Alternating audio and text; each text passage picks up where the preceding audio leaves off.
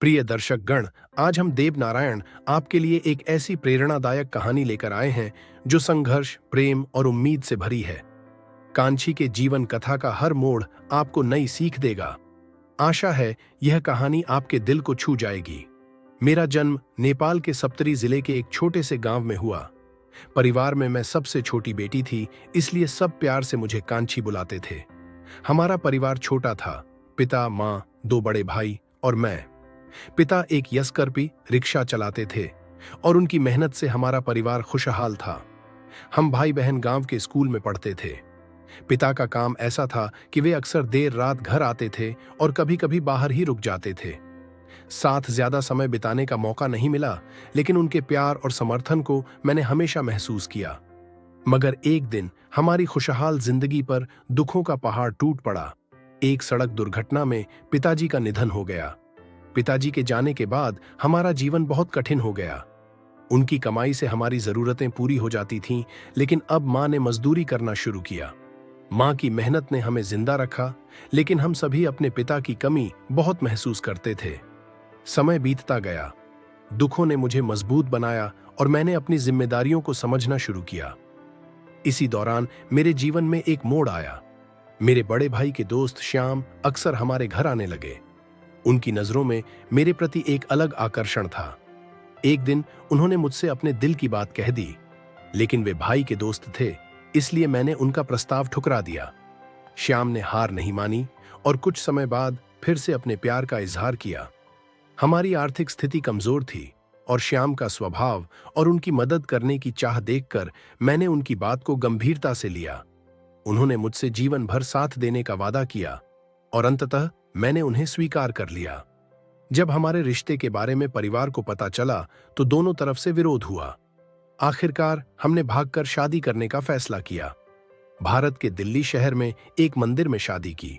शादी के शुरुआती 3 महीने बहुत अच्छे बीते। श्याम ने मुझे बेहद प्यार दिया, लेकिन समय के साथ उनका व्यवहार बदलने लगा। जब मैं गर्भवती हुई तो उन्होंने बच्चा न रखने का दबाव डाला। उन्होंने मुझे धोखे से गर्भपात की दवा खिलाई और मुझे यह बात बाद में पता चली। यह जानकर मेरा दिल टूट गया। जिस इंसान पर मैंने भरोसा किया था, उसने मुझे इस तरह धोखा दिया। एक दिन श्याम मुझे घुमाने के बहाने होटल ले गए। वहां उन्होंने मुझे एक कमरे में बंद कर दिया और होटल मालिक से पैसे लेकर फरार हो गए। होटल के मालिक ने मुझे गलत कामों में धकेलना शुरू कर दिया। मजबूरी में मैंने उनकी बात मान ली। श्याम के इस धोखे ने मुझे अंदर तक तोड़ दिया, लेकिन भगवान ने मेरी सुन ली। एक दिन बिहार के एक व्यक्ति उस होटल में आए। उन्होंने मुझसे स्नेहपूर्वक मेरी कहानी पूछी। मैंने उन्हें सब कुछ बता दिया। उन्होंने मेरी मदद करने का वादा किया और होटल मालिक को 2 लाख रुपए देकर मुझे वहां से आजाद कराया। उस व्यक्ति ने बाद में मुझसे शादी करने का प्रस्ताव रखा। मैं शुरू में डरी हुई थी, लेकिन उनके सच्चे और नेक स्वभाव ने मेरा भरोसा जीत लिया। हमने शादी कर ली। आज मैं उनके साथ एक खुशहाल जीवन जी रही हूं। हमारे 2 बच्चे हैं, एक बेटा और एक बेटी।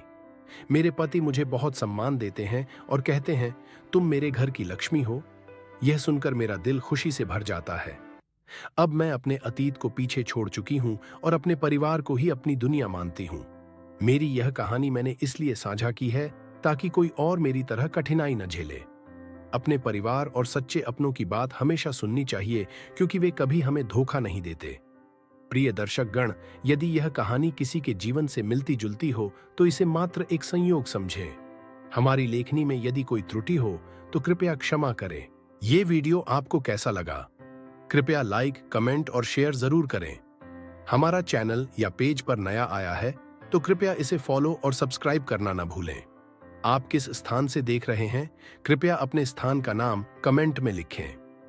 अपने दोस्तों, प्रियजनों और परिवार के साथ इसे साझा जरूर करें। आपके आंतरिक सहायता के लिए मैं दिल से आभारी हूं। मैं देव नारायण प्रणाम करता हूं और आपसे निवेदन करता हूं कि इस वीडियो को देश के हर कोने तक पहुंचाने में हमारा सहयोग करें। आपके सहयोग से हमारा वीडियो बनाने का उद्देश्य सफल होगा। ईश्वर आपका ढेर सारा प्यार और सम्मान दे।